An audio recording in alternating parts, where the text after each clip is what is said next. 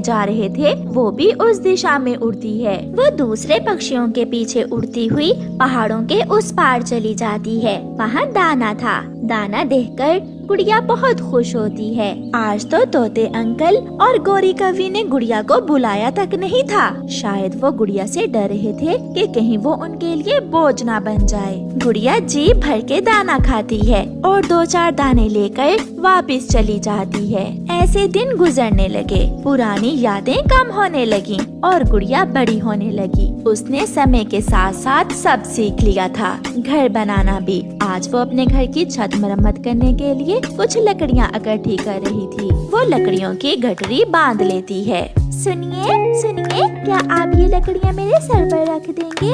थोड़ी दूर बैठा हुआ पक्षी गुड़िया की आवाज सुनकर वहाँ आ जाता है।